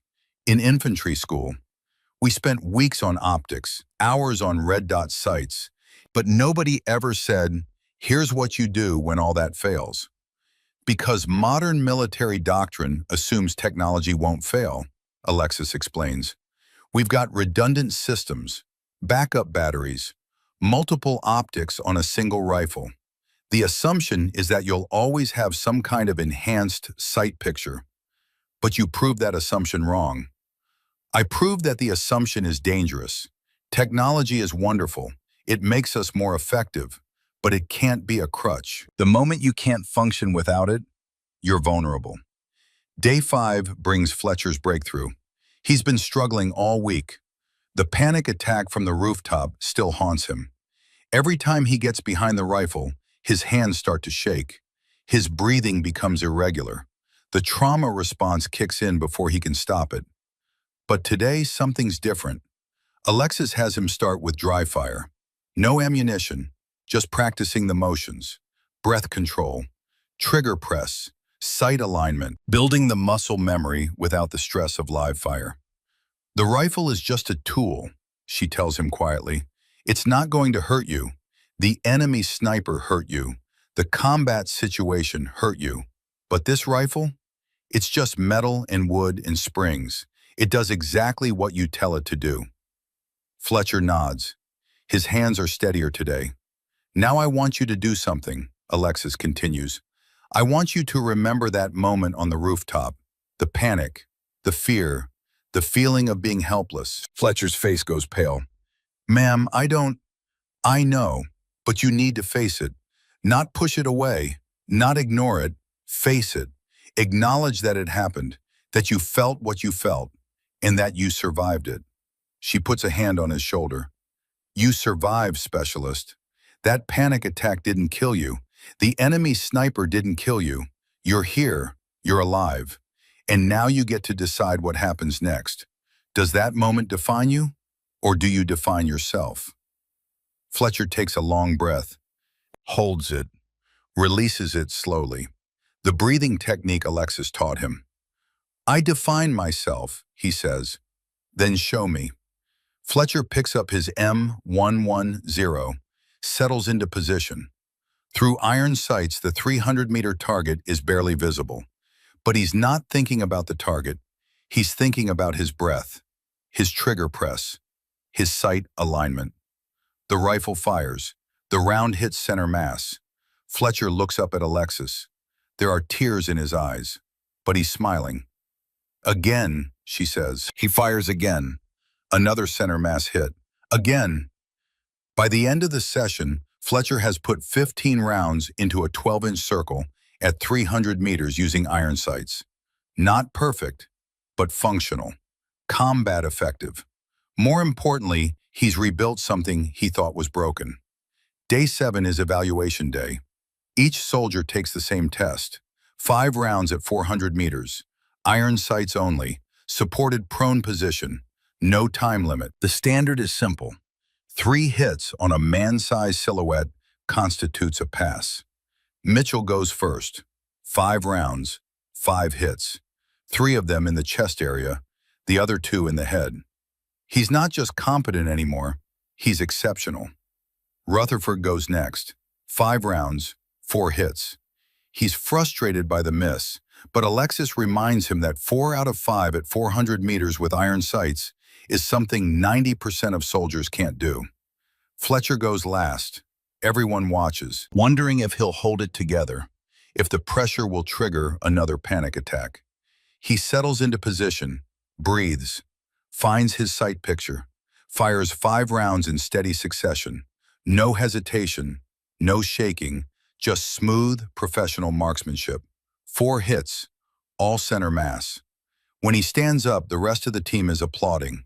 Not mocking, not patronizing, genuine respect for what they've just witnessed. A soldier who was combat ineffective a week ago just proved he's not only functional, but skilled. Blackwood approaches Alexis after the evaluation. Commander, I need to ask you something. Sir? Why did you stay? You could have taken the recall to Devgru, could have gone back to the tip of the spear, high-value targets, the kind of missions that make careers. But you stayed here to teach soldiers iron sights. Alexis considers her answer. Sir, in Devgru, I might participate in 10 or 20 missions a year. High impact, important, but limited scope. Here I taught 7 soldiers a skill that could save their lives. Those 7 soldiers will teach their squads. Their squads will teach their platoons. The knowledge spreads. In 5 years, there might be 1,000 soldiers who can make shots with iron sights because of what I taught 7 men this week. That's not just tactical impact. That's strategic impact.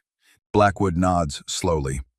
You're thinking like a general, Commander, not just an operator. I'm thinking like someone who understands that real leadership isn't about personal glory. It's about making everyone around you better. The next morning, Alexis wakes to find an email from Blackwood in her inbox. Subject line, After Action Review, mandatory reading for all infantry officers. She opens it. Inside is a detailed analysis of the rooftop engagement, the ambush, the broken scope, the iron sight shot. But more than that, it's an analysis of what went wrong before the first round was ever fired. Blackwood's writing is honest, painfully so.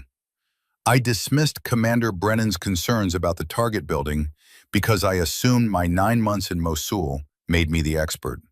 I prioritized timeline over tactical caution. I allowed my ego to override professional judgment. These mistakes nearly cost 6 soldiers their lives. They were saved only because Commander Brennan possessed skills and experience I failed to recognize or utilize properly. This is a leadership failure on my part. Moving forward, I am implementing the following changes to our unit. SOP. The email goes on to detail new procedures. Advisory personnel will have direct input on mission planning. Concerns raised by subject matter experts will be formally documented and addressed. Alternative courses of action will be developed for all missions, not just primary plans. But the last paragraph is what strikes Alexis most deeply. Commander Brennan taught our team more than marksmanship this week. She taught us humility. She taught us that competence often comes in unexpected packages. She taught us to trust fundamentals over assumptions. These are lessons I will carry for the rest of my career.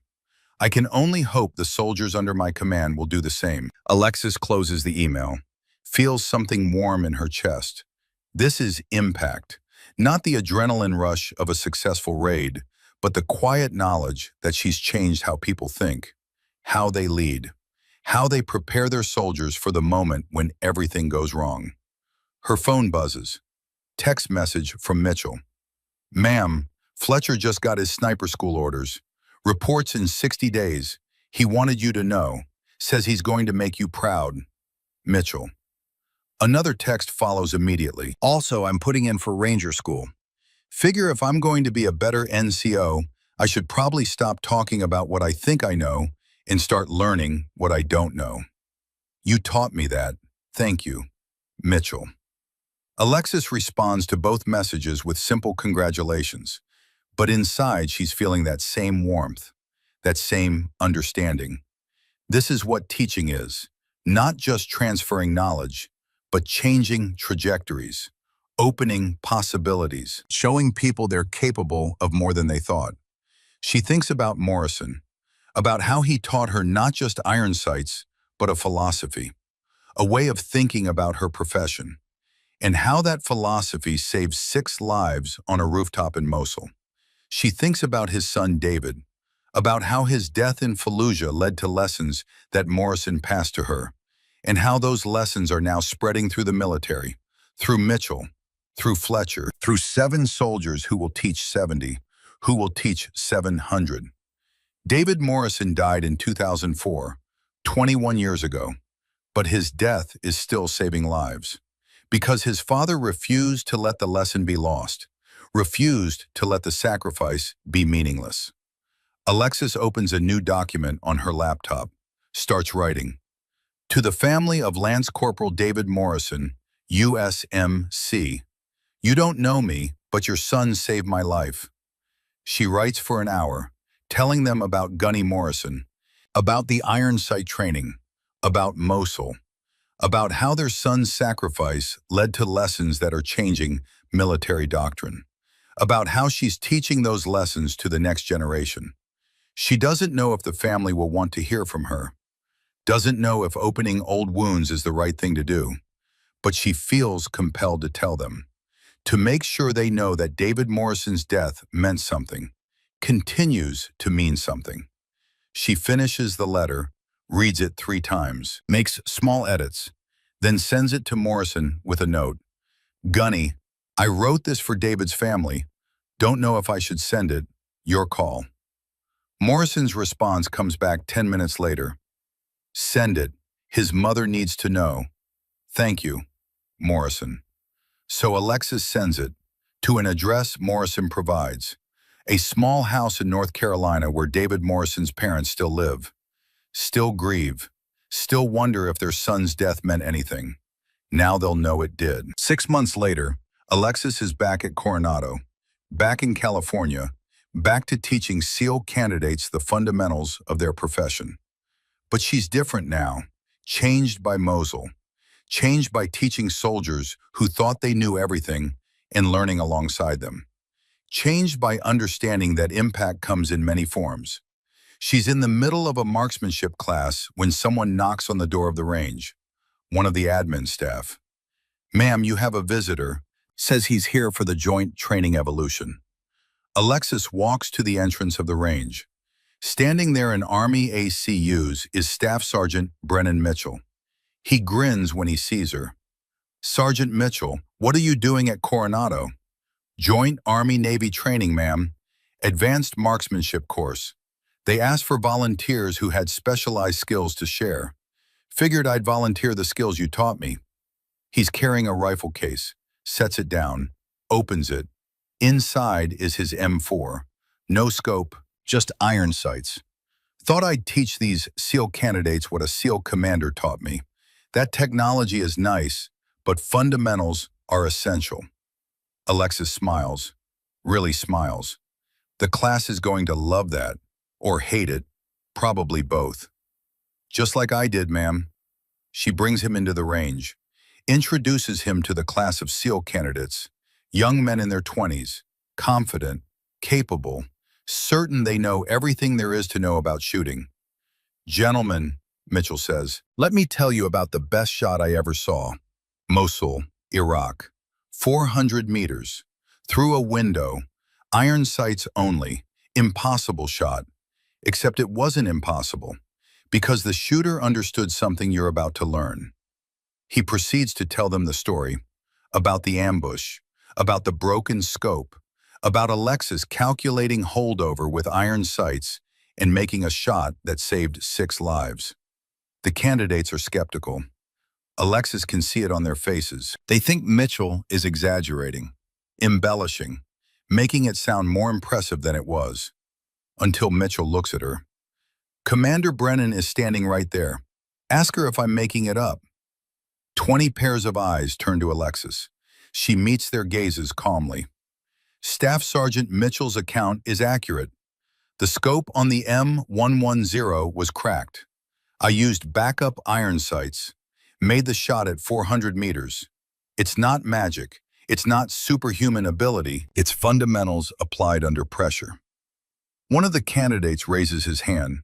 Ma'am, that seems impossible. How did you even see the target at that distance through iron sights? Alexis walks to the rifle rack, selects an M4, removes the ACOG optic, flips up the iron sights. That's the wrong question, she says. The question isn't, how did I see it? The question is, how did I understand where the bullet needed to go, based on science and mathematics, instead of visual confirmation? She nods to Mitchell. Sergeant, want to help me demonstrate? For the next 2 hours, they run the candidates through the same drills Alexis taught in Mosul, stripping away their reliance on optics, teaching them to calculate and estimate and trust physics over technology. The candidates struggle, complain, get frustrated, exactly like Mitchell and his team did. And exactly like Mitchell and his team, they slowly start to understand. After the class, Mitchell and Alexis walk across the Coronado base. The sun is setting over the Pacific. The ocean breeze carries the salt smell that Alexis has missed during her deployments to landlocked countries. How's Fletcher doing? She asks. Good, ma'am. Really good. He went through some additional stress management training. Works with a sports psychologist now. He's become one of our most reliable shooters. Actually volunteered for sniper school. Got accepted. That's excellent. Tell him I'm proud of him. I will. And ma'am, I wanted to say thank you for everything you taught us. It wasn't just about shooting. It was about leadership and humility and understanding that credentials don't matter as much as competence. They stop at the edge of the base, look out at the ocean. You know what's funny? Mitchell continues. When you first showed up in Mosul, I thought we were babysitting you. Thought you were just some instructor who'd never seen real combat. I was so wrong, it's embarrassing. You weren't wrong, Sergeant. You just didn't have all the information. I had enough information to be respectful, to listen, to assume competence instead of incompetence. I failed that test, but you taught me better. Alexis considers this. You know what Morrison told me once? My old instructor, the Marine who taught me iron sights. He said the mark of a good soldier isn't whether they make mistakes. It's whether they learn from them. I learned, ma'am. The whole team learned. They stand there in comfortable silence for a moment. Then Mitchell speaks again. There's something else, something I wanted to show you. He pulls out his phone, opens a video, hands it to Alexis. The video shows a shooting range, Someone firing at distance with iron sights. The shooter is young, maybe 23, familiar somehow. The video pans to show the target. 400 meters, multiple hits center mass. That's Fletcher, Mitchell says. 3 months ago, his first day of sniper school, they asked him to demonstrate his skills. He asked permission to remove his scope and shoot with iron sights. The instructors thought he was crazy, until he did what you taught him. The video shows the instructors' reactions: disbelief, then respect. He told them a SEAL commander in Mosul taught him that fundamentals matter more than equipment. They asked, who? He showed them your after-action report from the rooftop engagement. Now it's part of the sniper school curriculum, teaching iron sight shooting at extended range based on your techniques. Alexis feels something warm in her chest. Pride, purpose, the understanding that impact ripples outward in ways you can't always predict. That's what teaching is, she says quietly. Passing on knowledge, creating ripple effects, touching lives you'll never meet through the students you do meet. Is that why you turned down the recall to DevGru? Alexis looks at him sharply. How did you know about that? Mitchell grins. Blackwood told me. He heard it through channels. Said Naval Special Warfare Command wanted you back for high-priority operations. Said you declined to continue teaching. I did. Can I ask why? I mean, SEAL Team 6. High-value targets, the tip of the spear. That's got to be tempting. Alexis thinks about this, about how to explain it. When I was with DevGru, every mission felt important. Because they were important. Direct action, high-value targets, immediate tactical impact. But the impact was limited to that moment, that target, that mission. She gestures toward the phone, toward Fletcher's video. This is a different kind of impact. I taught you and Fletcher and your team. You're teaching SEAL candidates. Fletcher's teaching at sniper school. Those students will teach their teams. Those teams will teach their units. The fundamentals I learned from Morrison and passed to you are spreading through the entire military. That's strategic impact. That changes the force at every level. Mitchell nods slowly. So you chose the bigger mission. I chose the mission that fits who I am right now.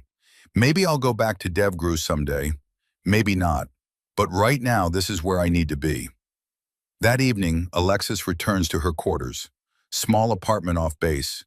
Quiet. Simple. On her desk is a photograph. Her father in his Navy uniform, Chief Petty Officer Thomas Brennan, died when she was 16. Never got to see her graduate from the Naval Academy. Never got to see her become a SEAL. Never got to see her prove that his daughter could be 3 times as good as anyone expected. She picks up the photo, studies his face. I hope I'm making you proud, Dad, she says to the image. I'm trying to do it right. Trying to be the kind of leader you would have been if you'd had more time. Her phone rings. She sets down the photo, answers. Commander Brennan. Alexis, it's Morrison. Gunny, it's late there. Everything okay? Everything's fine. I just got an interesting call. From the Commandant of the Marine Corps Sniper School. Alexis sits down. Okay? They want me to come out of retirement, teach a course on fundamental marksmanship, based on the techniques I taught you, based on what you did in Mosul and what you're teaching at Coronado. Morrison's voice carries something Alexis hasn't heard before. Hope. Purpose. They said a SEAL commander made an impossible shot in Iraq that's changing how they think about sniper training. They tracked down your training records, found my name, called me, said they want the source, want to learn from the person who taught the person who's changing their curriculum. Gunny, that's incredible. It is, and it's because of you. Because you remembered what I taught you, because you proved it works, because you're passing it on. Morrison pauses. When he speaks again, his voice is thick with emotion. I spent 20 years thinking I failed my son, 20 years carrying that guilt. But maybe I didn't fail.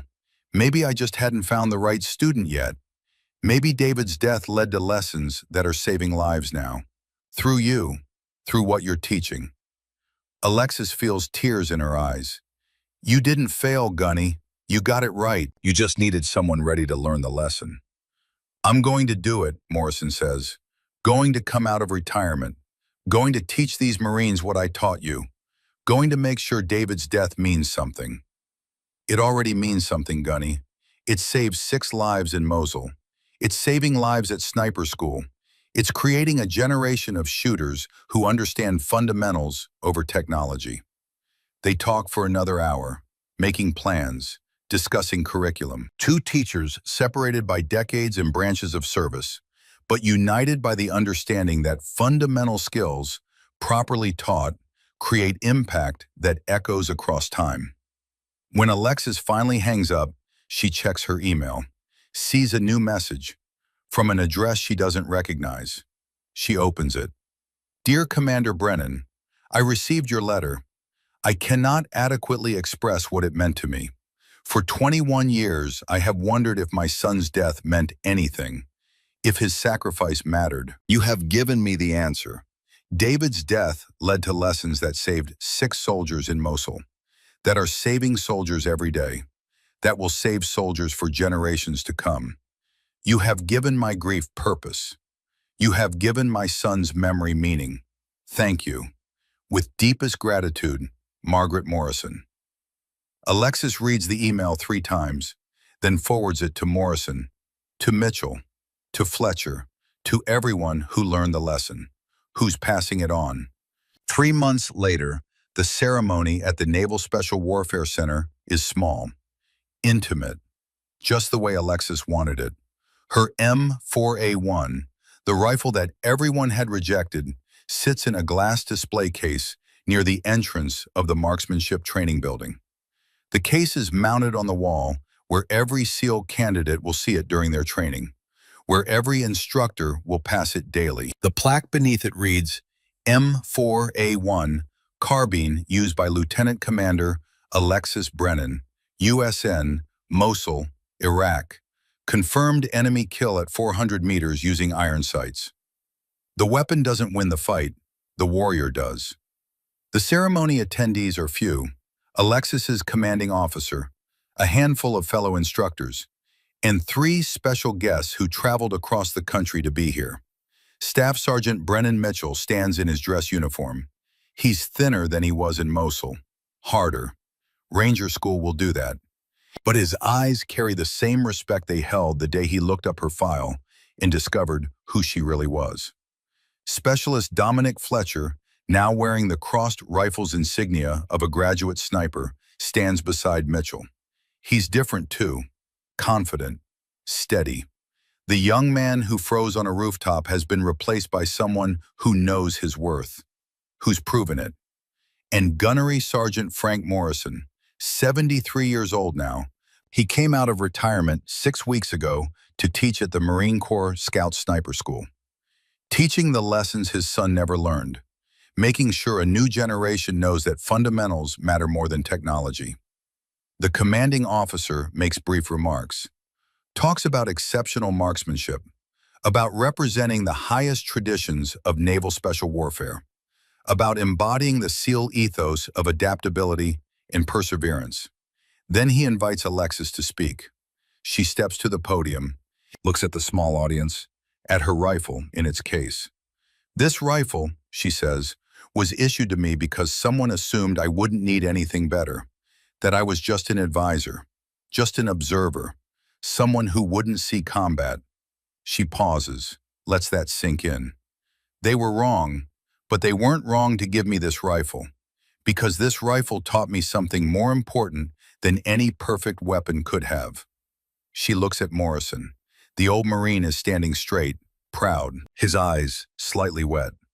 It taught me that Gunnery Sergeant Morrison was right, that the rifle is just a tool, that physics doesn't care about your optics, that fundamentals don't fail even when everything else does.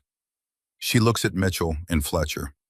It taught me that teaching is more important than operating, that passing on knowledge creates ripple effects that spread further than any single mission, that the best way to serve isn't always at the tip of the spear. She looks at the rifle.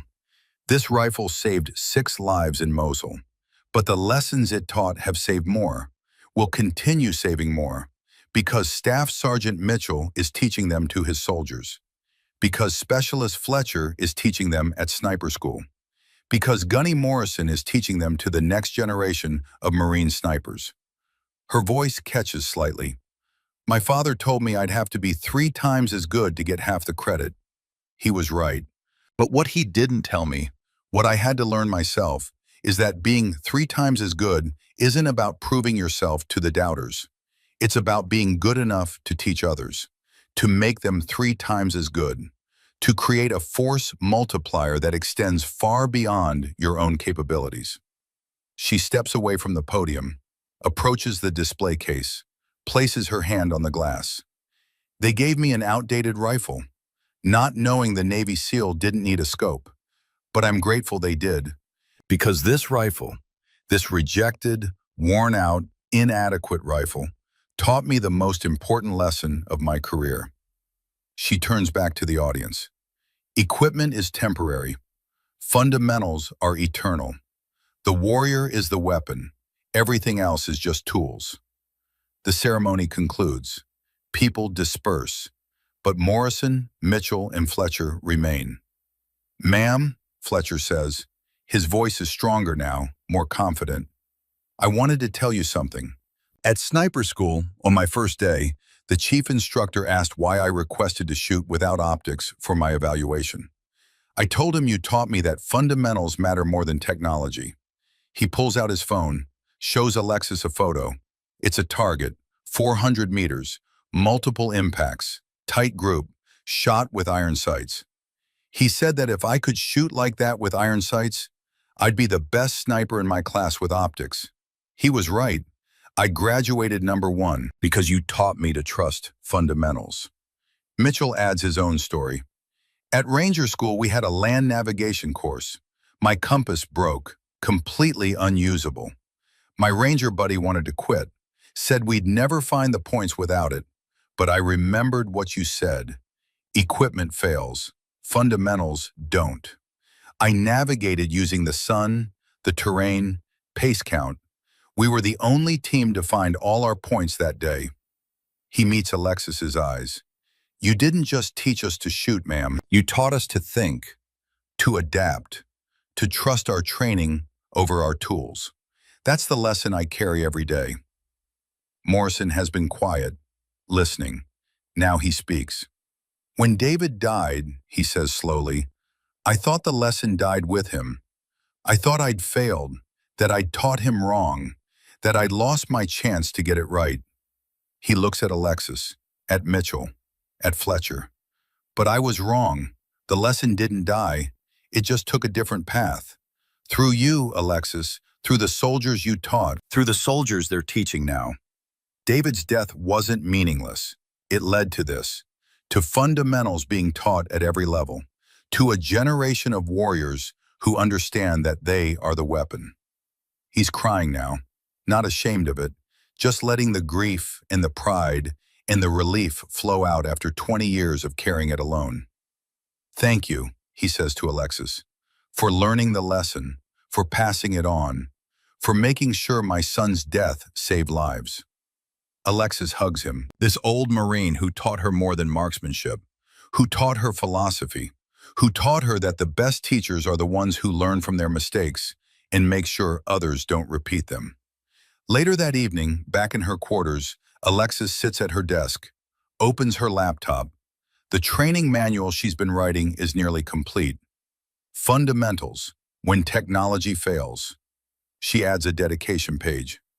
To Chief Petty Officer Thomas Brennan, who taught me to be 3 times as good. To Gunnery Sergeant Frank Morrison, who taught me that fundamentals are eternal. To Lance Corporal David Morrison, whose sacrifice led to lessons that save lives. And to every warrior who understands that the weapon doesn't win the fight, the warrior does. She saves the document, sends it to the Naval Special Warfare Training Command for review, and potential incorporation into the SEAL training curriculum. The next morning she wakes early, walks to the marksmanship training building before anyone else arrives. stands in front of the display case, looks at her rifle. The rifle they gave her because they didn't know better. The rifle that proved equipment doesn't matter. The rifle that taught her the most important lesson. She places her hand on the glass, whispers quietly, "Thank you." Not to the rifle, but to everyone who made this moment possible. To her father, who taught her to be 3 times as good. To Morrison, who taught her fundamentals. To David Morrison, whose death led to lessons that save lives. To Mitchell and Fletcher and Blackwood, and all the soldiers who learned and will teach others. To the unbroken chain of warriors passing knowledge forward through time. The morning sun catches the glass of the display case, makes the worn rifle inside seem to glow. This outdated, rejected, inadequate weapon that proved the only thing that matters is the person holding it. Alexis smiles, turns away, walks toward her classroom. Another group of students is waiting, young, confident, certain they know everything there is to know about shooting. She's going to teach them they're wrong, and then she's going to teach them to be right, just like Morrison taught her, just like her father taught her, just like warriors have taught each other since the first human picked up a weapon and learned that skill matters more than tools. The cycle continues.